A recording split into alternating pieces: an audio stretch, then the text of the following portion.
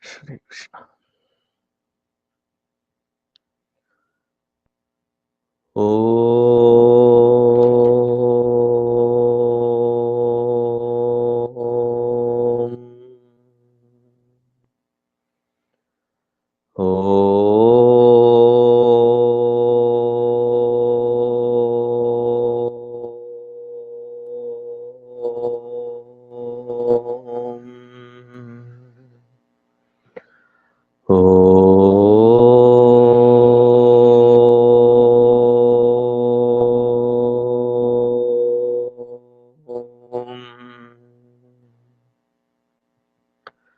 ॐ सहनाववतु सहनौ भुनक्तु सह वीर्यङ्करवावहै तेजस्विनावधीतमस्तु मा विद्विषावहै ॐ शान्ति शान्ति शान्तिः गुरुर्ब्रह्मा गुरुर्विष्णुः गुरुर्देवो महेश्वरः गुरुरेव परं ब्रह्म तस्मै श्री गुरवे नमः तस्मै श्री गुरवे नमः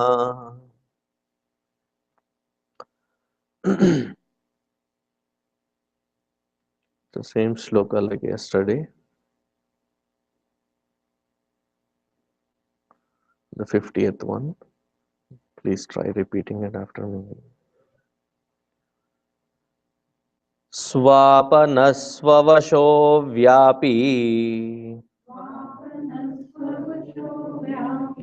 नैकात्मा नैककर्मकृत्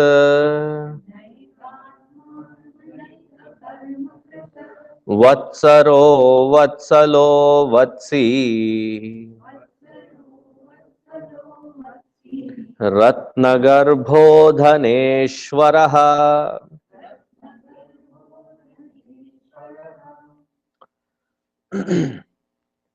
वत्सरः वत्सरः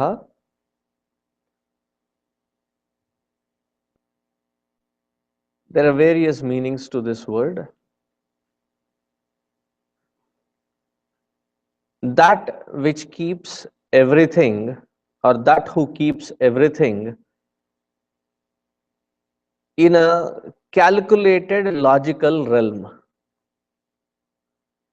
Therefore, the time when it is on a repetitive mode of a year, it is called samvatsara.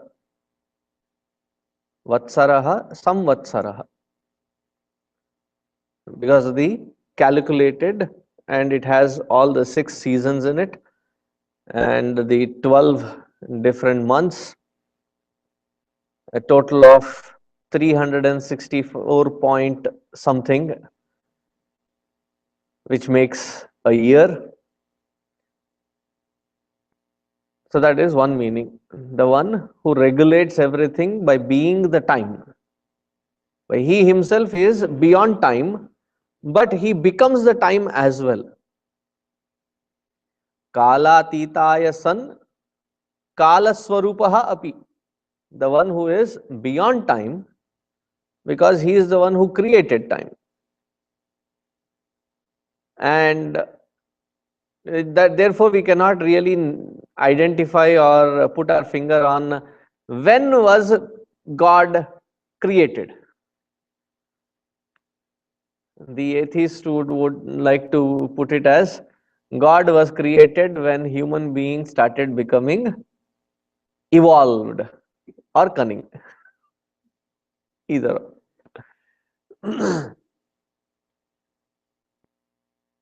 Whether we recognize that which gives us heat and light is sun or not, just because we recognize it, do we say that that is the starting point of sun? So it doesn't require our recognition, first. Second, that he is the one who has created time, therefore he has to be Kalatita. But the one who manages everything in a cordial environment of balance through all these time and various aspects. Therefore, he is called Vatsaraha. The second meaning of Vatsara is the one in whom everything resides in. So, when we, in a very normal day to day talk, we often say that God is in me, God is in you, God is in everything. Here it is a subtle variation, a subtle difference here. And what is the difference? That Baba, God cannot be in you, but instead God is, we are all in that God.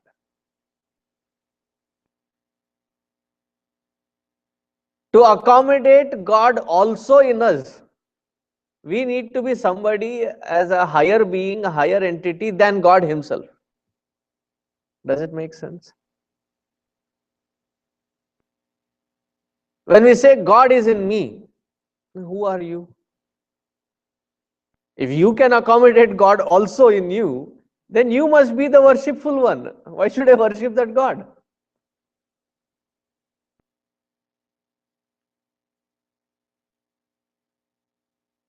Like the yesterday example. Yesterday was it? The gulab jamun. Huh. Hopefully nobody has brought it today.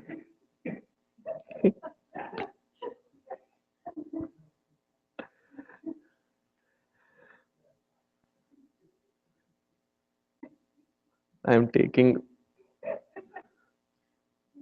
upvas today.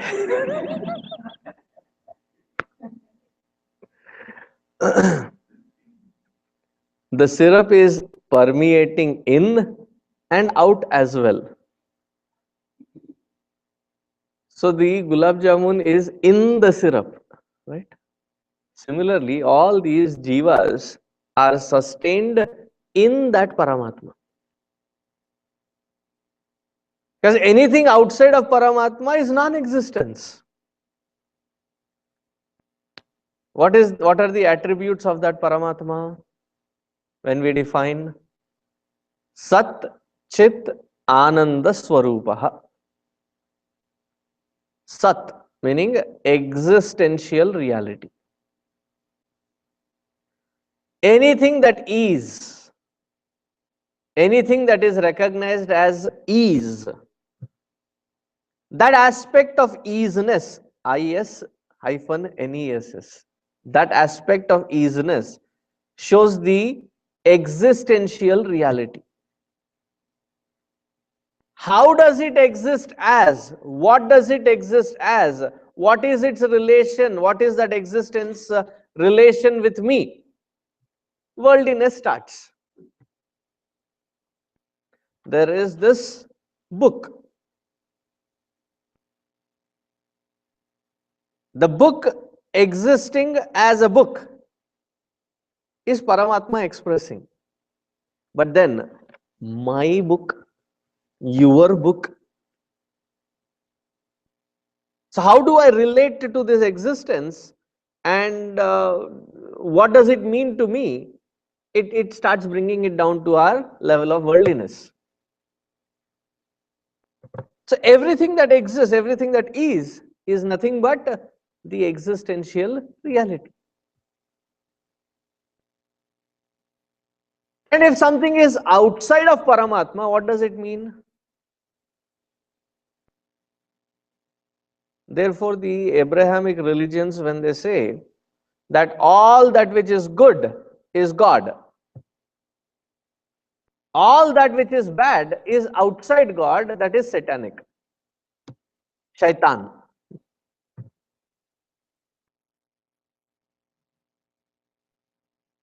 Sometimes, out of cuteness, we call our own children that shaitan.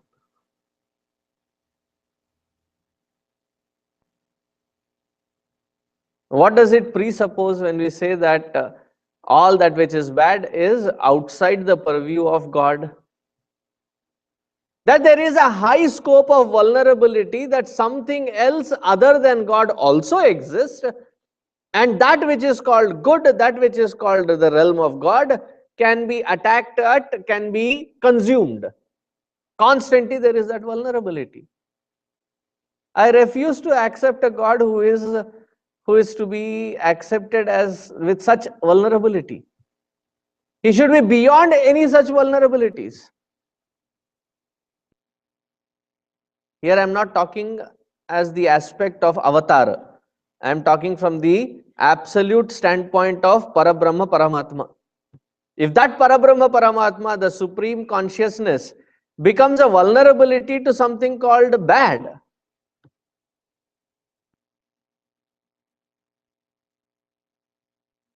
and goodness and badness, where does it exist? Is there anything that can be called as absolutely good or absolutely bad?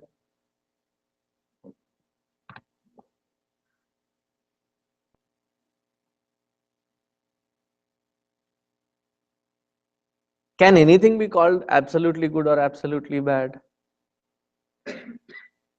Couple of days ago, I had taken an example. Knife. Is it good or is it bad? And your classic answer was, it depends. Well, I did not ask about its utility. The vastu as such, the object as such, is it good or bad? It's neither. It just is. The intent of the individual using it makes it good or bad. In the hands of an expert doctor, underline expert,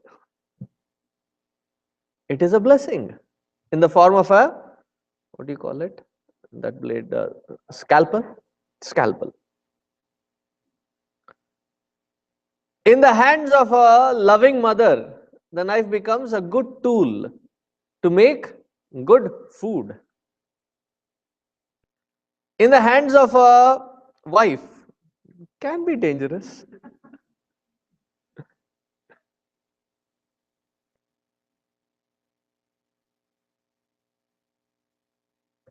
That's why when somebody is driving me around, I don't tend to argue with them because my life is in their hands. Almost whatever they say, I say, yes, yes. I very readily tend to agree. In Hindi, they say, panga nahi lena. Don't mess around with. So the knife as such has got no good or bad in it. Okay, this is one perspective. The second perspective is, we are too soon to judge something as good or something as bad as a personal grief or a personal bad experience that happens. We are too soon to judge that.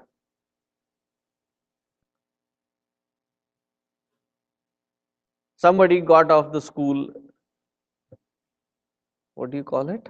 Suspended for whatever mischief or whatever he or she had done, and then sitting idle in the garage, they started building something,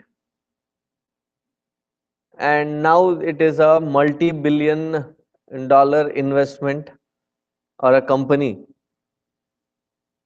So at that point, is it too soon to decide whether it was good or bad? It's only the hindsight 2020 wherein we say, oh, I'm glad it happened. Though at that point it hurt, but I'm glad I went through that. Having not gone through it, I would not have been where I am. So the so-called definition of bad also is very personalized.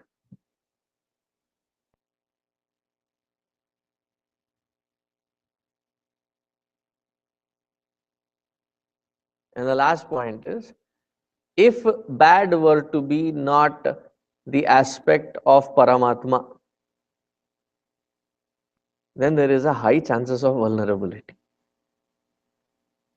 If Paramatma is that kind of pure existence, why at all there is badness in this world? So that is not my forte to answer. That is your responsibility to answer. Paramatma is pure, period. Where did this badness come from? That when it is smeared on that Paramatma with our own likes and dislikes, we create the layers of good and bad. He essentially is divine.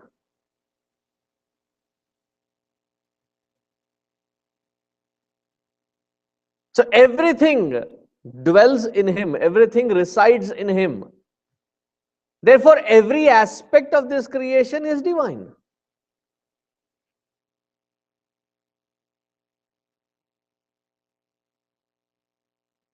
So that doesn't mean that tomorrow you find a snake in your backyard and you go and say, Paramatma, let me hug you. That format of Paramatma is to be respected from a distance.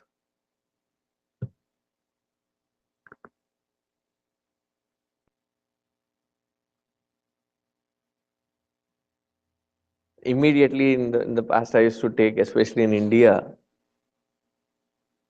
I used to take another example is, kids look cute. The infants, they look cute from distance. My salutations to that format of Paramatma from distance. Because the moment I pick them up, they sanctify me. You know what I mean. Especially in India where they don't use that diapers and other things. But no.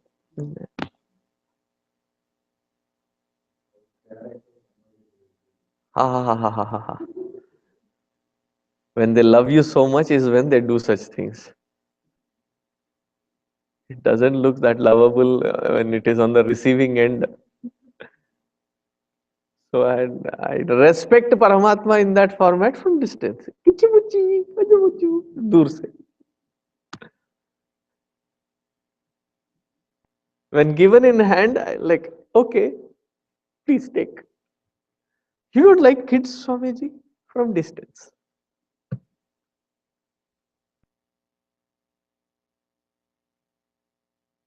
The various expressions of that Paramatma.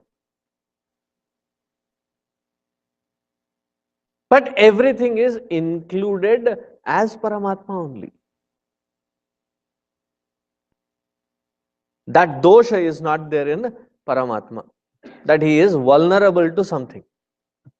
Vatsaraha. Vatsalaha. It's a very beautiful combination of these two words. On one side, it claims that he is not vulnerable to anything in this world or anything of this world. And immediately they say, actually, he is vulnerable also. Vulnerable for what? Vulnerable with his own compassion. Vatsalaha. What does Vatsala mean? That is where the Vatsalya bhava comes from. The root word is Vatsalaha. Vatsala means to be compassionate towards every being. The one who has love for every being. Whether they pray to him or not, it is not a bargain deal. It is not like the Greek mythological gods who get angry if you don't pray to them. What is that story, that the big book? The Greek mythology? Odyssey.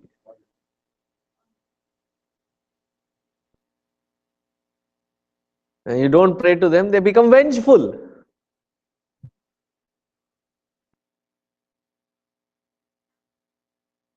He is like the Surya Deva. Surya Deva is like the sun. It is known that in various traditions or various cultures, sun is worshipped as a god. Hinduism also. So does the sun, be selective early in the morning when he wakes up? These people have done Sandhya Vandana. Special rays to them. I'm talking the physical heat and light. Special rays to them. Filtered UV. While they are having their filtered coffee, I'll provide them with filtered rays which doesn't have any UV rays.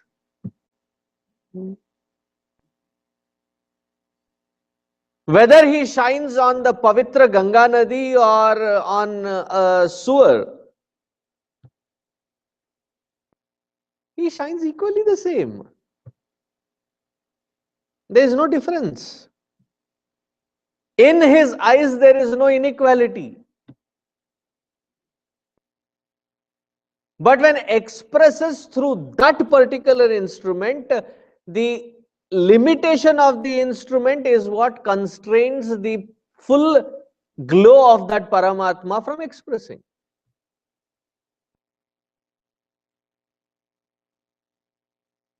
There are different kinds of bulbs, light fixtures. There is a 0 watt bulb. In India, many times where we have grown up, usually one side is toilet, there is a wall, and there is a bathroom. On the top, there is a small little vent. And in that vent, there is one bulb. And that is a 0 watt bulb. And that shines light on both sides, this side and that side. It's dim. Then there are these kinds of lights, illumining. Then there are focus lights. You project them in certain angle and it focuses specifically on that spot. Then there are those floodlights. I'm sure you have gone for baseball games, school level or college level, or the football games, and you go into that stadium, it is like daylight. They flood it.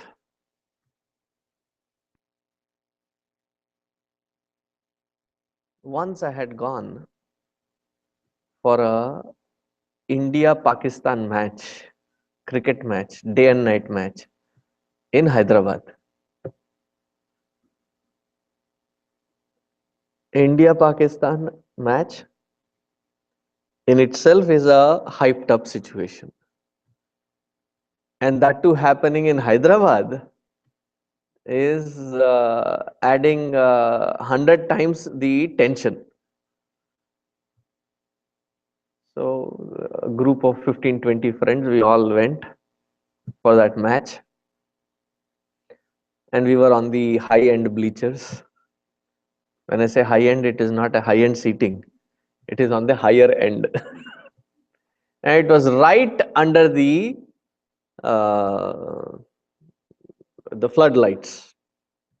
There are 6 of them. One, and in each there are about, I don't know, 60, 80, 100, and how many. So each panel, we were right underneath. It was scorching. The heat was unbearable. And then from that point to see the game, it is more like to have fun with friends than to see the game. Because when you're watching a game on a TV, which I did last night, when you're watching the game on the TV, they show it zoomed in, that the ball, the way it is released from the hand, all the way goes to the bat, and it is zoomed in, and you get the entire glimpse. Sometimes the batsman hits the ball, and like you are searching, gaya kahan ball? Because the cameraman is well trained to follow that ball and show us repetitively different shots, different angles. That comfort is not there. When everybody shouts, then you realize, oh, it must be a four, it must be out. Because from that angle, you probably cannot see everything. So sitting under that floodlights, I found it can be quite hot. So from a 0 watt to floodlights, there are different ranges. Is the electricity same? The electricity is same. Then why is it not evenly same across the board? Why is the illumination different? It is the limitation of the instrument, not of the electricity.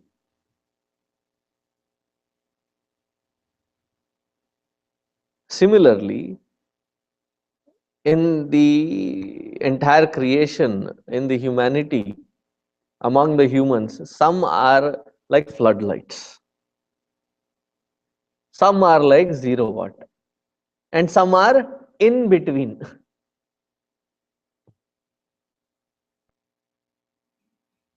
Is it the Paramatma that is making any special discount for the floodlight and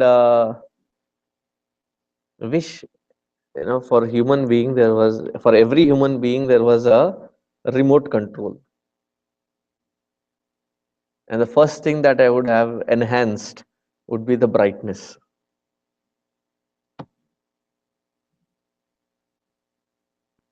Because you increase the brightness to maximum, then you don't need to mute, you don't need to rewind, you don't need to re-emphasize. The brightness takes care of everything. But we come with our own limitations. Each instrument comes with its own limitation. And whatever glow that comes out, it is not because Paramatma is favoring someone and favoring not someone. He is there available for everyone with the same intensity.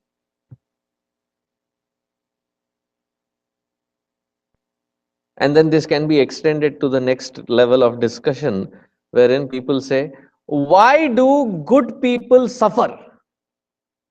Why do good people always suffer, whereas the bad people seem to be enjoying? That's a huge leap of statement that you are making. What kind of statistical analysis do you hold to make that statement? That is the quantitative analysis. What kind of qualitative analysis have you done to make that statement? Does it really hold ground when you make that statement? When we are in good set of mind to understand it, helps us strengthen at that point when something really overpowering hits us. And this is a foul cry, a meaningless foul cry, I would say. Because when things seem to be hitting us from all different directions, and then say, I have been always a good person at heart. Why is this happening to me?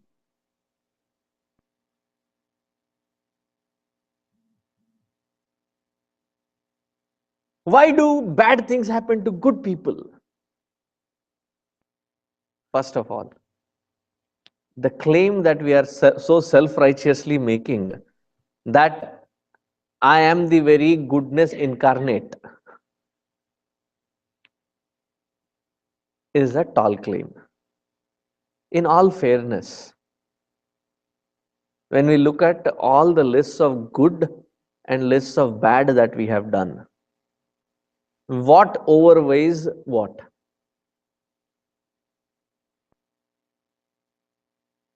Can we even confidently say that they are equal? 50 this, 50 that. What overweighs what more? A question asked, so you can participate in this answer.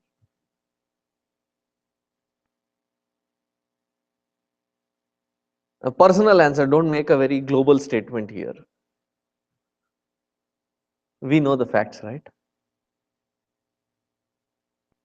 Another format of asking the same question is right from the moment that you remember, your memory goes back to way down to your childhood up until now. If you have to write down all the good deeds that you have ever done, how many books would you need?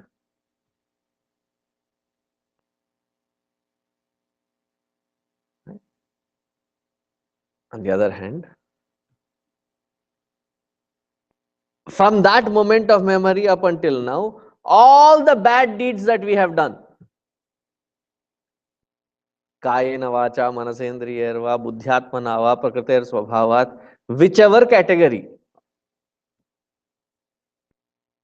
how many books do we need? Which one outweighs the other one? How can we end up making a statement that I am good and bad things are happening to me? Get real. Get over yourself. Because that is not a fact.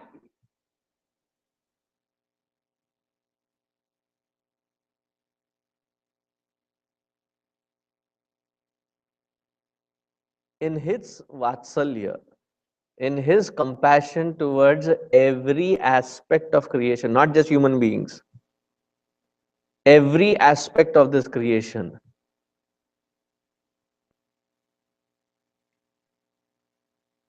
it's apara karuna. I may have shared this, I don't know.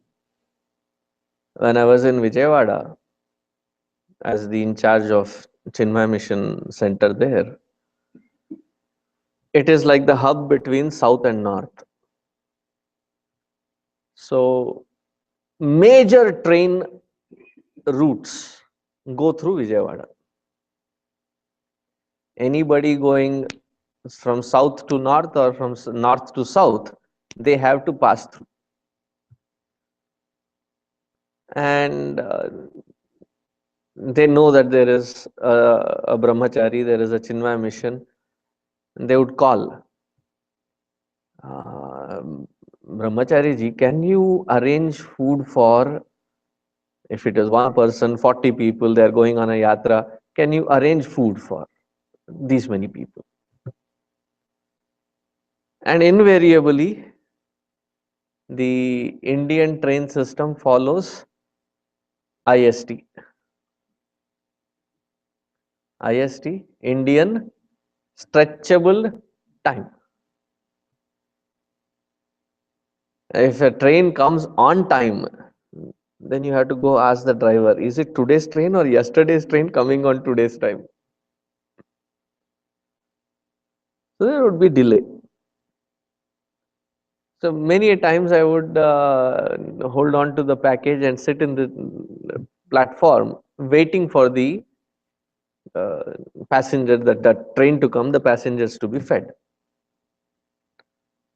And I never found it as a disgustful or painful process in waiting, because people can get get frustrated while waiting for, my time is wasted, what am I doing here? And I used to enjoy. There is so much of things happening.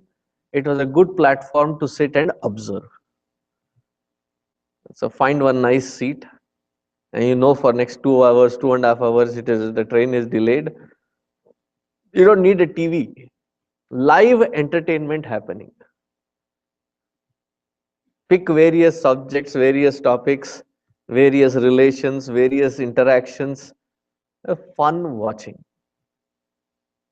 In fact, I even had the itch for a long time to write a book, write a fictional book called The Platform, and various interactions of various people at any given point. It will cover only 2 hours, but various interactions that are happening parallelly. Uh, a good account of all of those interactions. I still have that. I don't know when I'll have time to sit down and jot all those things in together. So one day while I was sitting, right under my foot, between my feet, there was a trail of ants. It was not going towards the hole, the trail was going out. So they were going out probably in search of food. Of all the ants, there was one particular ant that I picked as my subject analysis. You can imagine the platform, right? There are the cart fellows, there is the heavy luggage being dragged, and the rollers, and there's a lot happening on that platform. And this ant goes all the way 3/4 to the other side of the platform, finds a particle of food, and I'm told that the ant usually carries about 10 times or 20 times, I don't know, its weight. So it finally broke loose a chunk of it, and you could see it was walking as if it was a drunkard because of the weight of the food it was carrying.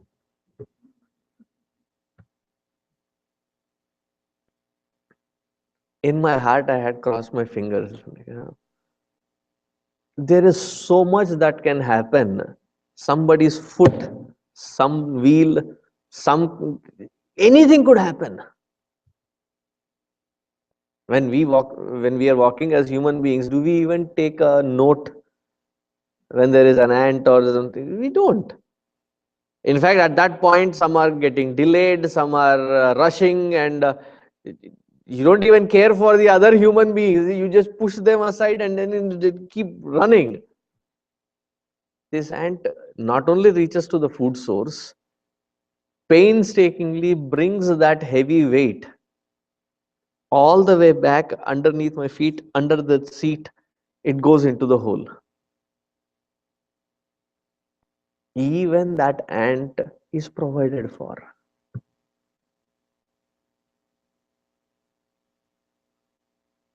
Do you think you and I are not provided for?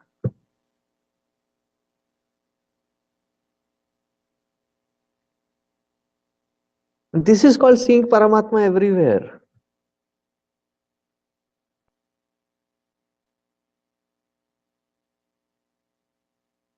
That there is a species created and there is a food created as another species.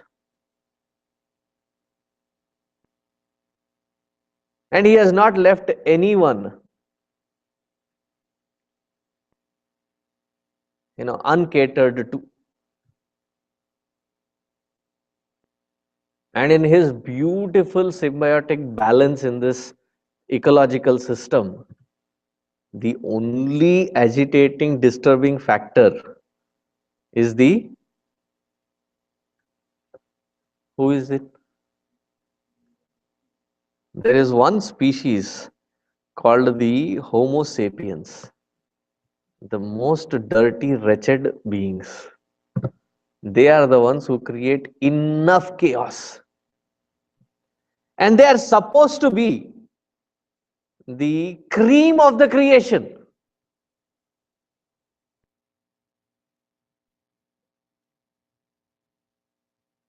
Otherwise, the entire creation is so beautifully balanced.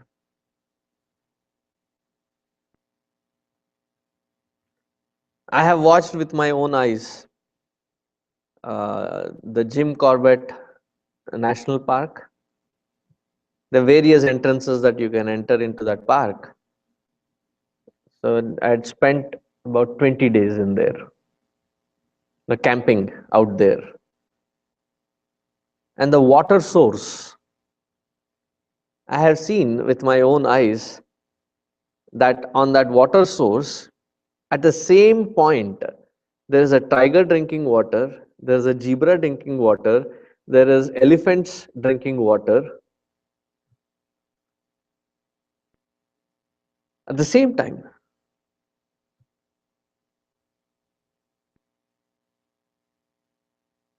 They're not attacking each other. What a balance. If his stomach is full, would not even lay eyes on any other animal. Let me go finish my job, drink water, and get out. Not even distracted. Not even salivating that, if I had had this yesterday, I would have had such a. Why, God? Why do you tease me like this? No. I'm thinking from the mindset of the tiger there, that there is a nice, well-fed deer. Good. Today I will stock it up. Tomorrow for a rainy day. It doesn't. Everything is so well connected and well balanced.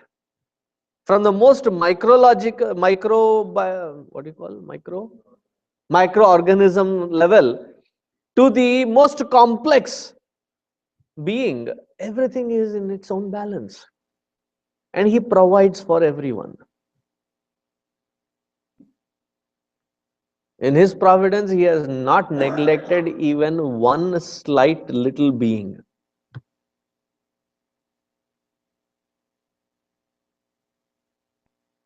It is only the human being who is not satisfied with what is and craves for more and more and more.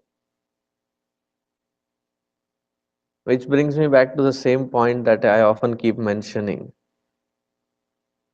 When we send our kids to a field trip or a camping or such things, do we just throw them in the bus and say, go figure it out? Do we not stuff their bags with the warm clothes, the bedding, and the food and the snacks, and on the top of it all, some cash and a card, a cell phone, a charger? If you don't find a charger, then an extra charged battery, external battery that you can plug in. Don't we provide for everything? Everything that is required by that kid when you are sending them out? Don't we? If we as mortals can be so cautious and provide for every single thing required by the child, we call him Mata, Pita, Bandhu, Sakha. Do you think he'll just drop us and say, go figure?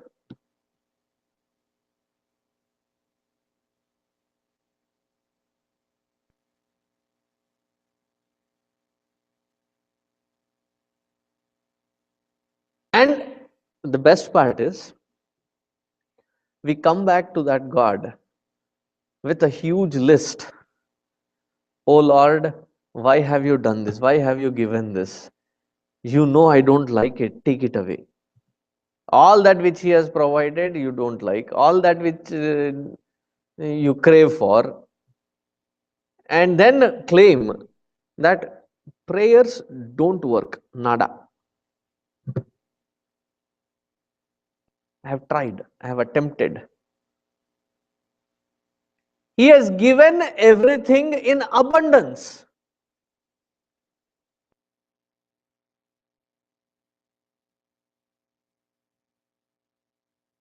That is His karunya. That is His vatsalya. that we don't need to ask from him anything. If I am required for my next stage in life, whatever is required will be provided.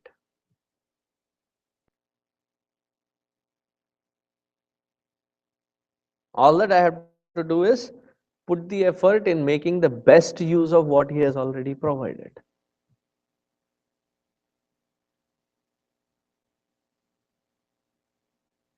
And you can take various examples.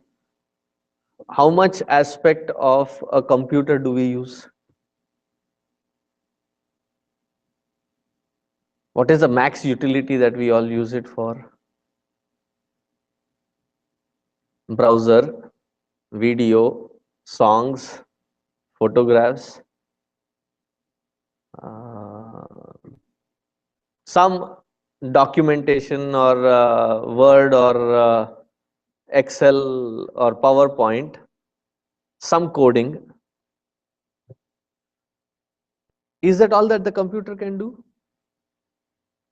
It can do much more, but we probably use 1-2% of what it can get, what it can do.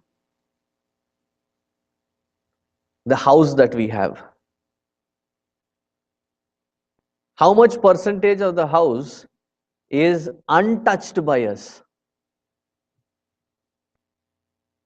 Average house in a US standard or in a Texan standard, because US is one country, Texas is its own country. It has its own sizes. And what is the average house size? 2,500, 3,000. 3,000 is fair enough for a family of four. 3,000 square feet house. How much percentage of the house is regularly not used? Definitely there is one space called puja room, never used. No, on a serious note, guest room, formal dining, um, game room, media room. There's so many spaces that we have created around. And then when a guest comes in, we say, "Oh, Babri, this many people are coming. Where will they stay? I think we should put them all in a hotel." I at least have grown up in 800 square foot house with 13, 14 people at any given point.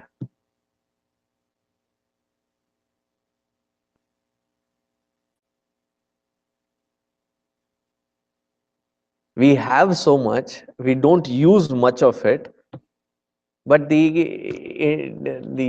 inside kida, the worm inside, is, I don't think this is sufficient. I need to have a better space, a better opportunity, better everything. And then go in front of the Lord and say, whatever you have given, I'm not satisfied. Give me more.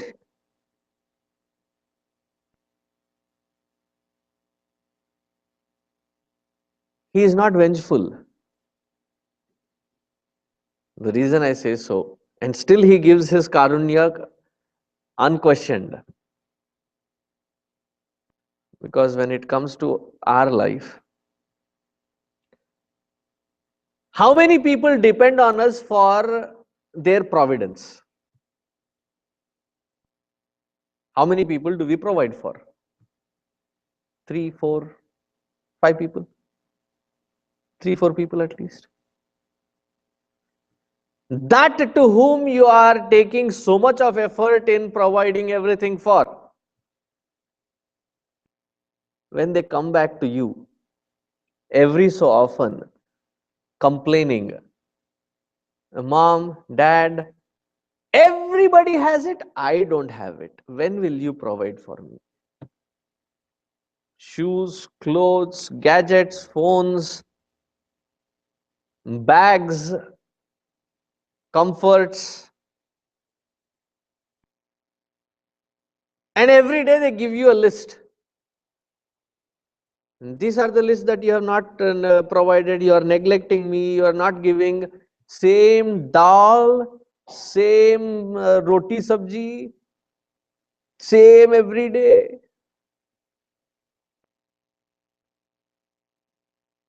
When they do that often, what is your reaction to them?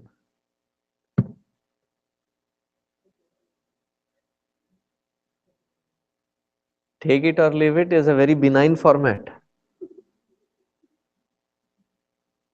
I have seen households wherein they say, as long as you are under this roof,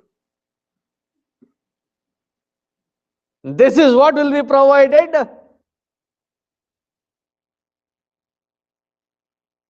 Am I exaggerating?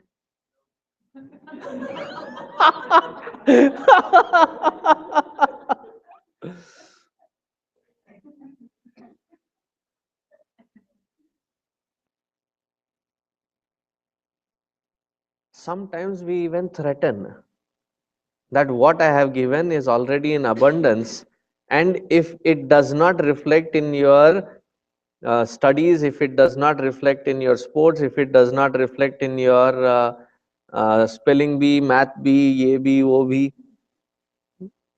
then all the comforts that are provided to you one by one will be taken away.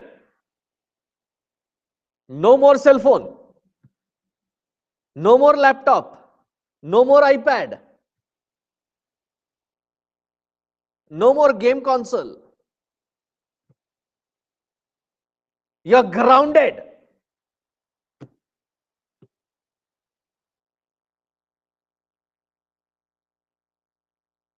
We do that, right? He never does that. And we question, where is his providence?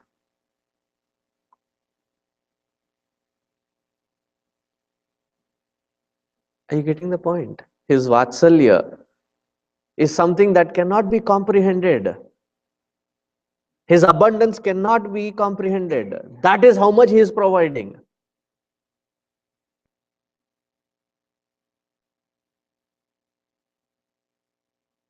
There's only gratitude that comes out in the heart in looking at everything that he has provided for, without neglecting even the slightest of the being. Vatsalya. Vatsi. Vatsi. The one who has taken the responsibility to protect every being.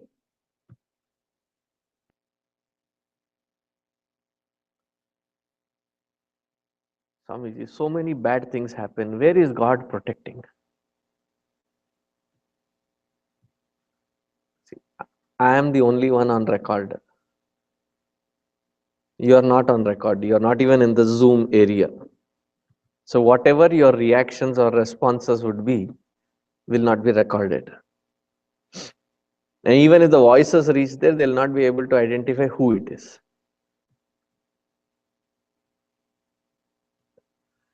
Being raised as a child or while raising the child. Have we ever been harsh to our children? Have our parents been harsh to us?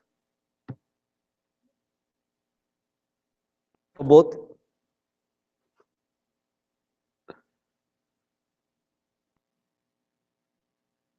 Panda jisko rahevalan.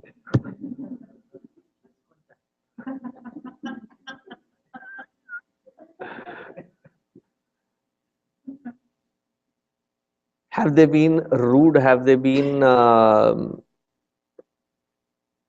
you know, have they punished?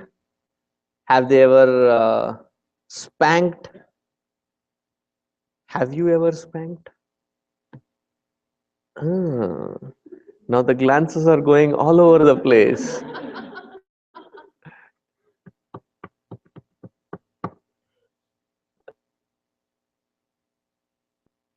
The picture that I get from here, I have to quickly glance all the reactions. It is worth a million.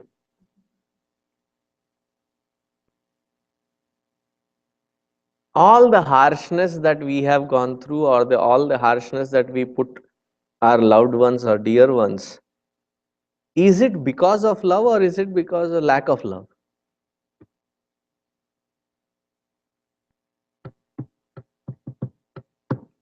I mean, to ask, when the parents do something very strict,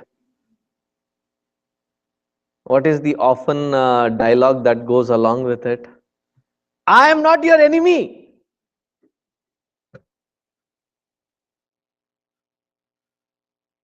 I am doing this for your own good. When will you grow up to understand this? Because once you understand, I don't need to do this. Right?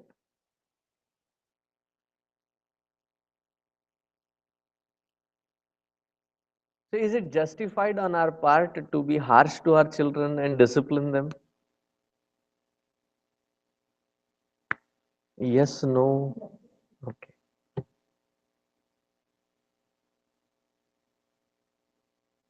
They're not justified?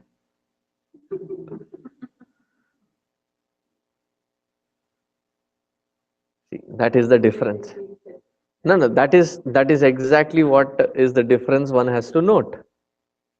The one who is providing thinks it is justified, and the one who is provided for, who does not put an iota of an effort to qualify for all that which is provided for, thinks it is not justified. Similarly, in his providence, he has taken a vow to protect everyone. Vatsi, Vatsaro, Vatsalo, Vatsi, Ratnagarbhadaneshwaraha. Ratnagarbha. Ratnagarbha is often used for as a simile for a couple of things. One, it is used as a synonym for the oceans. Deep in the oceans, we find treasure houses of various precious things. In Kali Yuga, what is the most precious thing that we get out of the oceans? Oil. ONGC. Oil and natural gas.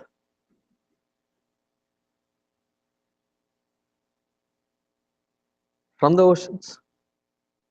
Therefore, the oceans are called the Ratnagarbha, the womb of all these treasured things. The mountains are also called Ratnagarbha.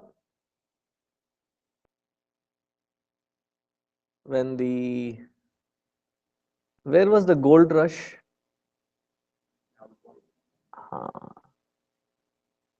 Were they from any mountains that they were all flowing out?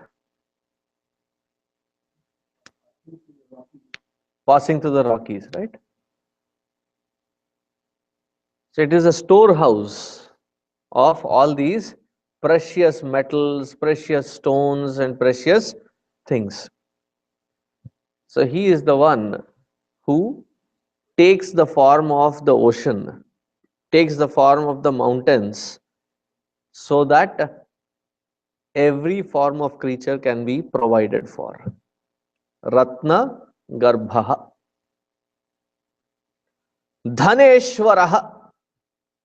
Dhaneshwaraha, he is the abode for all kinds of dhana.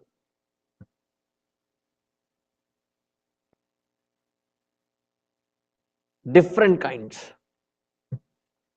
In fact, the 1% of Bhagavan's Aishwarya, which is given to Kubera to maintain He is the one who writes the budget for every kalpa.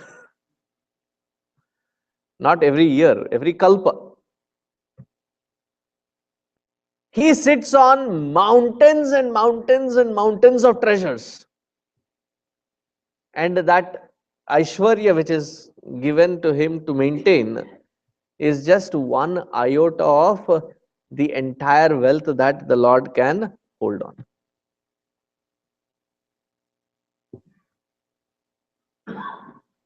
It is a Shakti. Shri is a Shakti. The very embodiment of wealth and resources is a Shakti.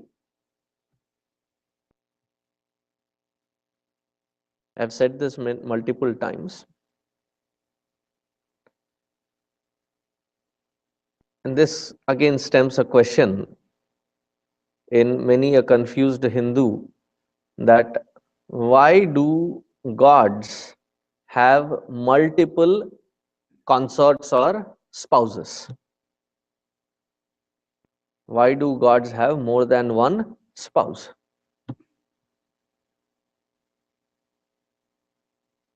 So the funny answer is, don't be jealous, yaar. Another funny answer is, because you cannot handle more than one. Both hands are already burning with one. Why do you need one more?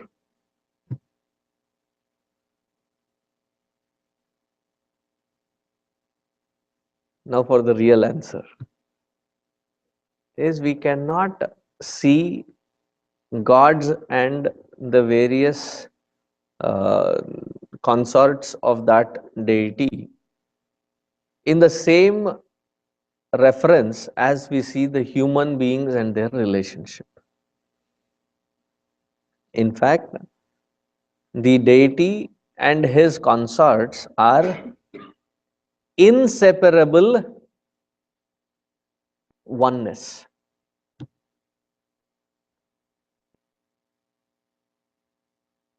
Like at an individual level,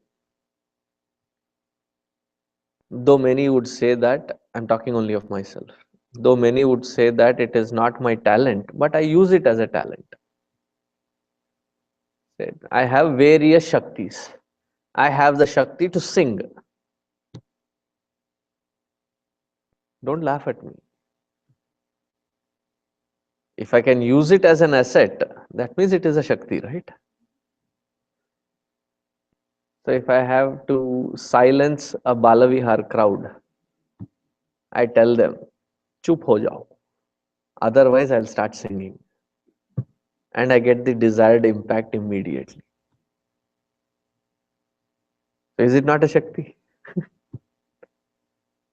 It is not a liability. It is my asset.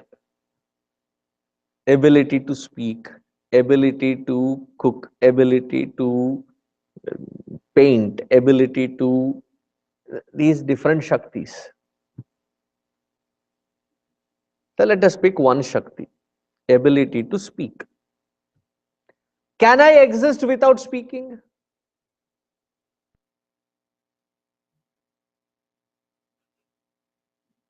I can definitely if I choose to, right? If I say I don't want to speak, then I can still exist. I can still survive. My existence is independent of my Shakti.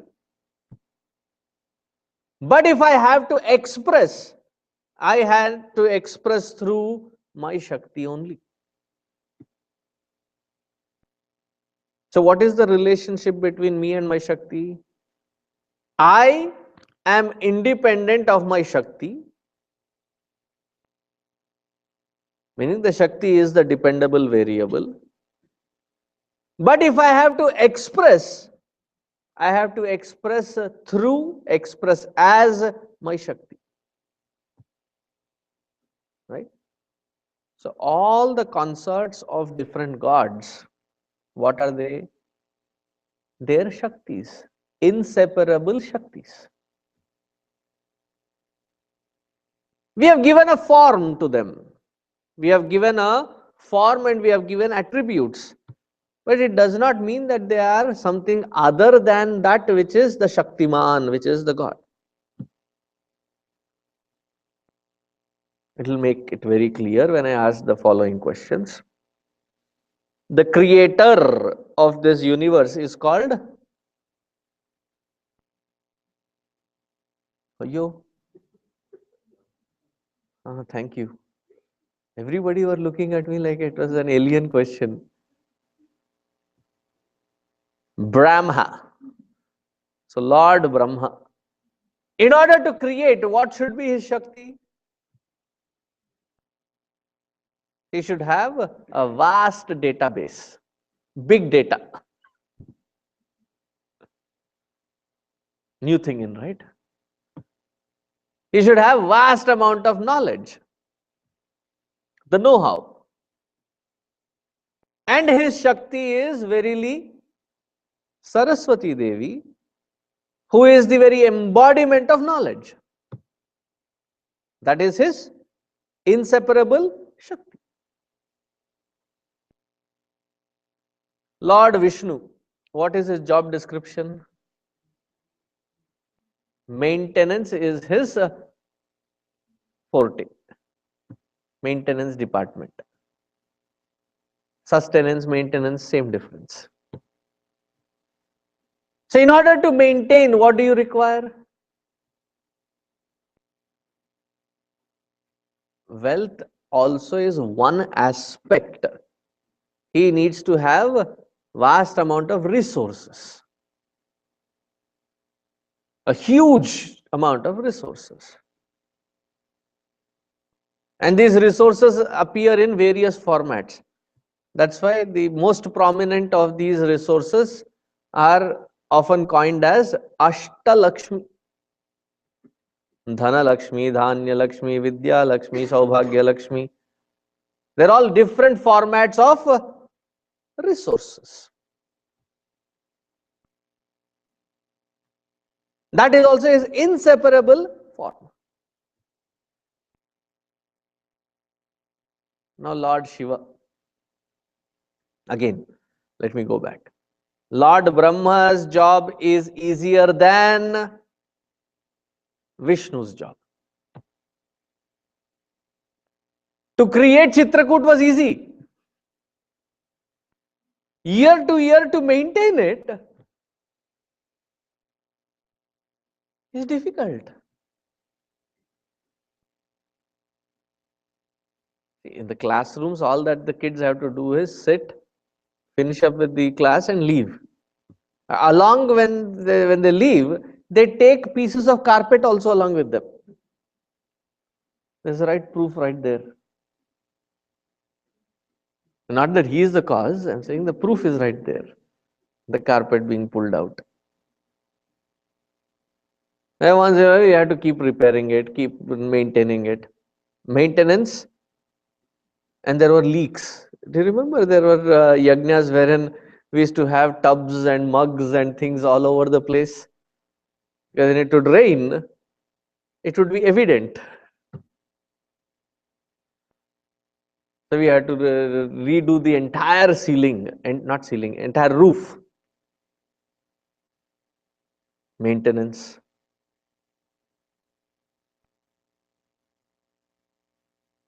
Somebody has to come, turn on everything, put the placements. Maintenance. While everybody leaves, it has to be turned off. Maintenance. Maintenance is a huge department. So Brahma's job is easier than Vishnu. Vishnu's job is easier than poor fellow Shiva's job. What is his job? He is actually a very sattvic fellow. He loves only to sit and meditate. But time to time, things have to be changed. You know, dealing with your family members. Here I am not restricting it only children. Family members. There are some adults who are still like children. If you have to bring in a change in them, beta, do this. yeah, whatever, and the things keep getting neglected. And one fine day, you take the BK avatar, especially the mothers. What is BK avatar? Bhadrakali avatar. The Prachanda form. And pull out all your raw energy and smack it across. That day or that week or that couple of hours, depending on the age of your children, age of the members. Everybody seems to straighten their act and everything seems to be going on plan changed, right? So on one side, his Shakti is Annapurna Devi. She provides Anna for everyone. Don't heed and mess with her. What does she become? Durga Bhavani, Prachanda Kali, and whips everybody back. So that is his Shakti to make that change. They're inseparable. So when he said Dhaneshwaraha, Dhaneshwaraha as Vishnu, what is his inseparable Shakti? All the wealth, all the resources that you can think about is his own expression. He can express only through that Shakti. And therefore he is called Dhaneshwaraha. स्वापनस्ववशो व्यापी नैकात्मा नैककर्मकृत वत्सरो वत्सलो वत्सी रत्नगर्भो धनेश्वरः धर्म. Oh, that is the next shloka. That we will see next month. I had actually planned to complete that also. One day, the storm ate it away. So we'll stop here. We'll do the Guru Dakshina after this and then we'll conclude. Om Purnamadaha Purnamidam Purnat Purnamudachyate Purnasya Purnamadaya Purnameva Vasishyate. Om Shanti Shanti Shanti. Harihi Om Shri Gurubhyo Namaha. Harihi Om.